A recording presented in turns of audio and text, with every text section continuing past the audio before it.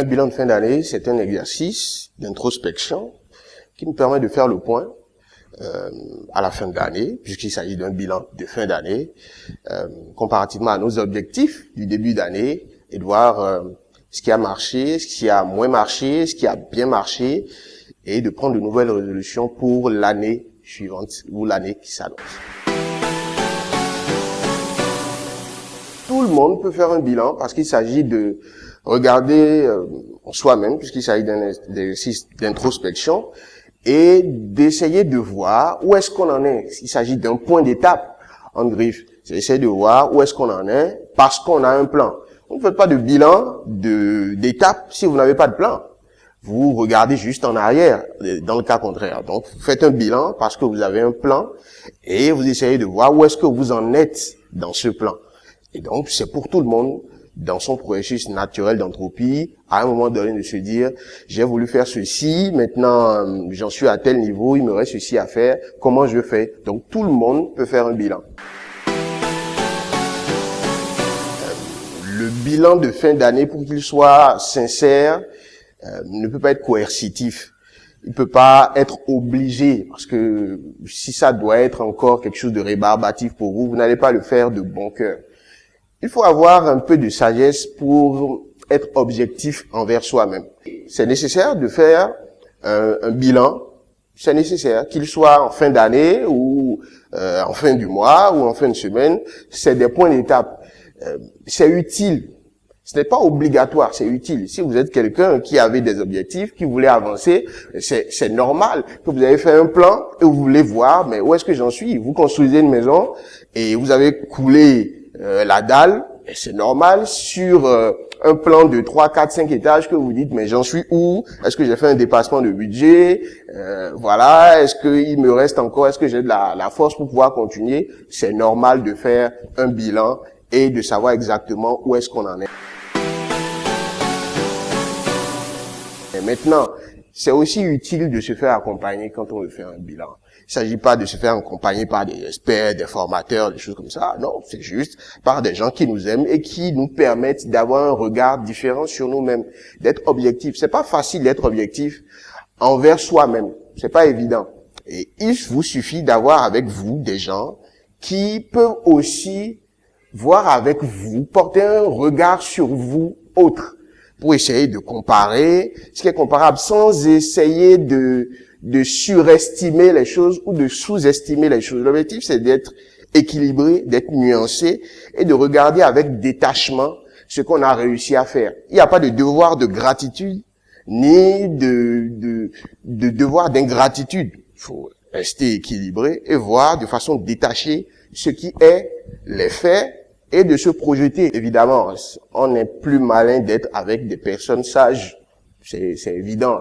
Je veux qu'on ait un regard particulier sur moi, objectif, que je veux vraiment que l'on puisse m'aider à y voir clair. Je préfère être avec quelqu'un de sage qui peut, avec détachement, sans me juger, voir avec moi ce qui s'est passé, comprendre avec moi et rester positif pour prendre de nouvelles résolutions, pas spectaculaires, pas juste comme des effets d'annonce, pas des choses qui vont m'étouffer, qui vont faire que je serai essoufflé au bout de la deuxième semaine, qui seront particulièrement restrictifs.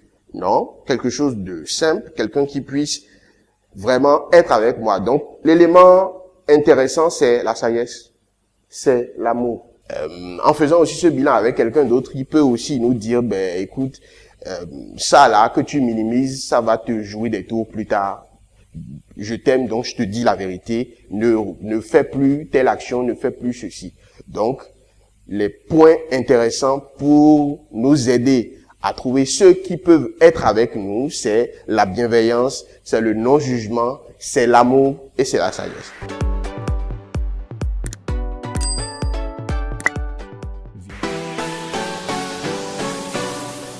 Pourquoi le bilan de fin d'année est célèbre? Parce que c'est ensemble que nous faisons 12 mois, le calendrier c'est 12 mois, et donc à la fin d'année on se dit, on passe à une nouvelle étape ensemble.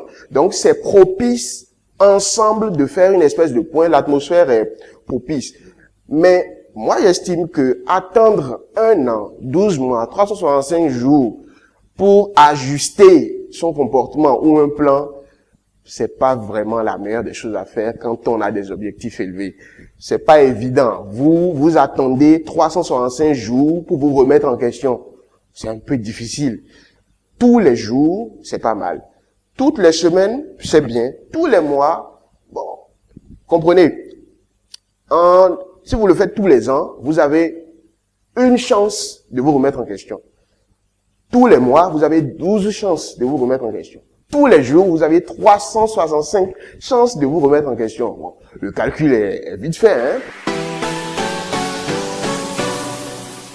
Comprenez que le bilan de fin d'année, c'est fait un moment de fête, de joie, d'euphorie, et bien souvent, on n'a pas le temps. En tout cas, pour beaucoup, on n'a pas le temps. Et on dit même, j'espère que je pourrai trouver un petit temps avec moi-même. Et c'est dans ce petit temps que vous allez faire cette introspection, que vous allez voir en vous-même et prendre de grandes décisions sur toute une année. Ce n'est pas rentable. C'est un autre piège.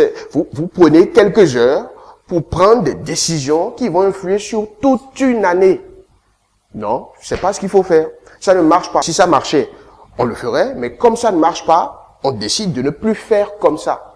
Même si vous êtes entouré, même s'il y a des gens bienveillants autour de vous, ce n'est pas la meilleure chose à faire. Vous ne pouvez pas condamner 365 jours et avoir du détachement, du recul suffisant pour faire une bonne analyse de toute une année en très peu de temps, alors que vous devez gérer femme et enfants, ou mari et enfants, les amis, gérer tout ce qui il y a comme événements sociaux, aller voir des gens, rester souriant parce qu'on est en période de fête, même si vous êtes déprimé, même si vous n'avez pas envie vraiment de sortir. Vous faites tout ça et vous espérez vraiment pouvoir être pertinent dans une analyse et faire des choses, des vrais plans sur une année, sur l'ensemble des domaines que vous avez réussi à voir là, vous culpabilisant et vous espérez avoir du résultat, c'est faux. Ça ne marche pas. On ne fait pas ça.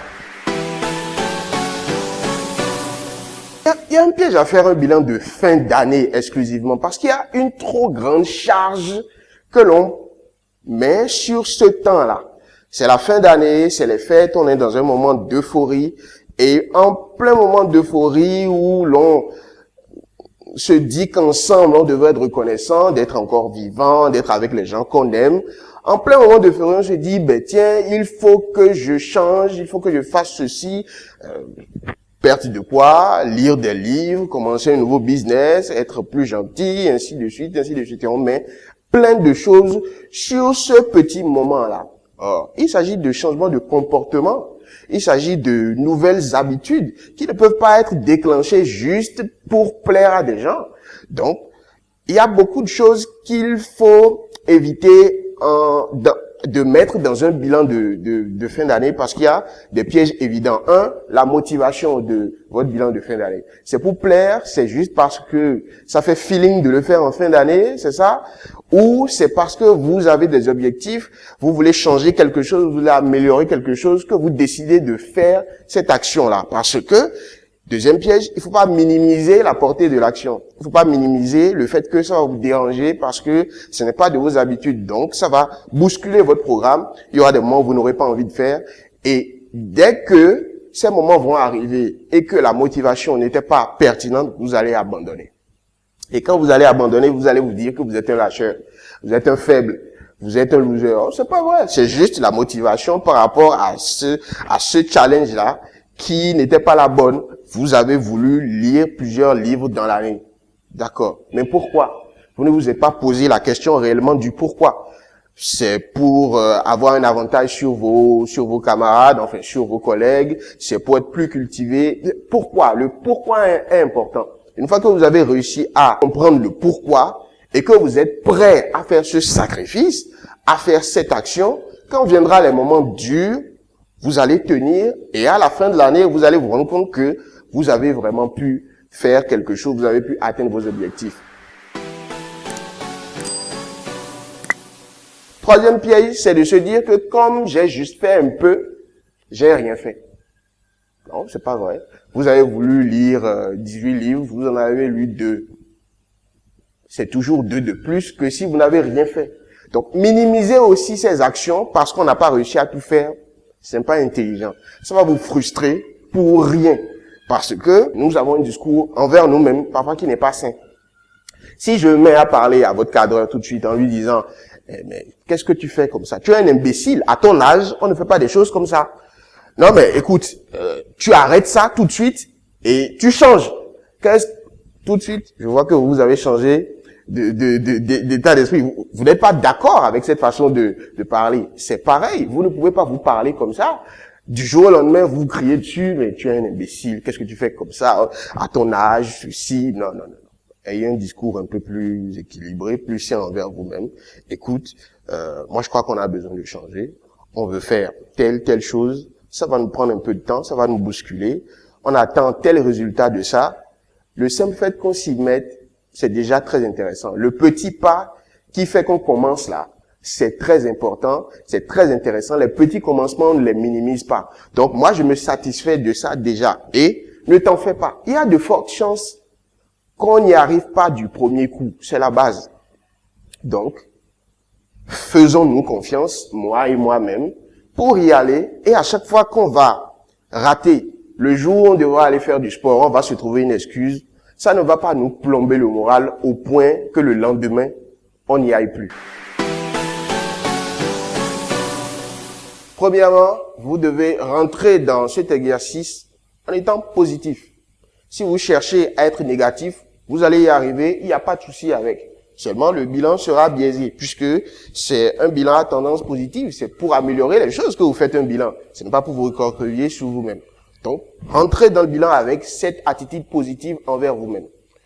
2 colonnes, si vous voulez écrire. Parfois, c'est intéressant aussi de prendre la feuille, un stylo, et de matérialiser sur papier ce que nous pensons. Ça permet de le clarifier. C'est un exercice banal, mais c'est utile. Moi, je l'ai essayé plusieurs fois, c'est utile parce que vous vous rendez compte que tel mot n'exprime pas vraiment ce que vous étiez en train de penser. Ça recadre un peu les choses. Donc, 2 colonnes, ce que vous pouvez considérer comme actif, et l'autre colonne, ce que vous pouvez considérer comme passif. Avec détachement. Ne vous dites pas que vous allez faire des erreurs, peu importe, c'est votre feuille, c'est votre papier, vous pouvez le déchirer à tout moment. Donc, vous commencez à remplir pêle-mêle. Ici, c'est un actif. Là, je suis content. Là, je suis pas content. Ceci, je suis arrivé à faire. Mais à chaque fois que vous vous rendez compte que vous voulez vous comparer à quelqu'un d'autre, mettez ça à côté. Parce qu'il s'agit de vous. Et pas de vous par rapport à quelqu'un d'autre. Il s'agit de vous et de vous uniquement. Donc, 2 colonnes. Bien, je vous donne des grilles d'évaluation. Très bien, bien, moins bien, pas bien. Et donc, avec cette échelle-là, vous essayez de voir l'ensemble des actions qui vous viennent pêle-mêle, pêle-mêle. Parce que si ça vous revient, c'est que quand même c'est important. C'est votre subconscient qui vous en parle. Donc, vous les notez et vous voyez. C'est un exercice, si vous restez concentré, qui peut durer 30, 45, 1 heure, 2 heures. Parfois. Ne vous forcez pas à tenir longtemps dans le temps. Ce n'est pas utile parce que simplement en commençant à y réfléchir, vous ouvrez plein de dossiers et vous arrivez à balayer l'année. Donc, il n'est pas utile d'aller, sinon vous aurez dû tenir un journal depuis le premier jour des 365 et refaire une compilation, ce qui est fastidieux. Donc, ne vous stressez surtout pas, regardez chaque aspect et une fois que c'est fait, sans notation, parce que ce n'est que des appréciations, ce n'est pas des notes, sans notation. Vous regardez avec détachement ce qu'il y a sur votre feuille et vous vous dites comment est-ce que je peux faire pour mieux profiter de ce qui a été très bien, de ce qui a été bien. Parce que ce n'est pas parce que c'est bien que c'est à mettre à la poubelle. Il faut pouvoir bien en profiter jusqu'à la fin. Maintenant, pour ce qui n'a pas été, ce qui a été moins bien et pas bien du tout, comment est-ce que je peux faire pour réparer ça, pour l'améliorer, ou peut-être même pour faire avec, si j'ai l'intelligence de voir que je ne peux rien y faire, ou comment est-ce que je peux mieux gérer ça. Et une fois que j'y pense comme ça, je fais des propositions encore pêle-mêle, j'essaie de voir, voilà, pour tel aspect, je peux faire ceci, à chaque fois avec bienveillance pour vous-même. Ne vous violentez pas. En tout cas, à cette étape, À cette étape-là, ne vous violentez pas. Considérez-vous comme un roi. Quand vous devez convaincre un roi, vous vous dites bien, attention, il faut que je lui parle avec déférence, il faut que j'anticipe sur ses besoins, il faut que j'anticipe sur ses réactions. Et donc, comme vous êtes roi et que vous vous connaissez et que vous vous respectez, vous dites, ah, le roi que je suis, la reine que je suis, comment est-ce que je pourrais faire en sorte de lui faire changer de comportement ou de lui faire changer d'attitude ou d'habitude par rapport à tel ou tel aspect.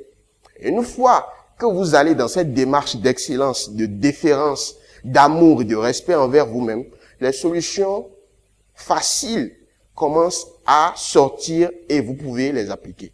Donc, voilà, une méthode très simple pour faire un bilan. Ce n'est pas compliqué, ce n'est pas quelque chose de rébarbatif, c'est un point d'étape. Prenez un petit temps pour vous-même, avec vous-même. Vous le faites parce que c'est de l'introspection d'abord.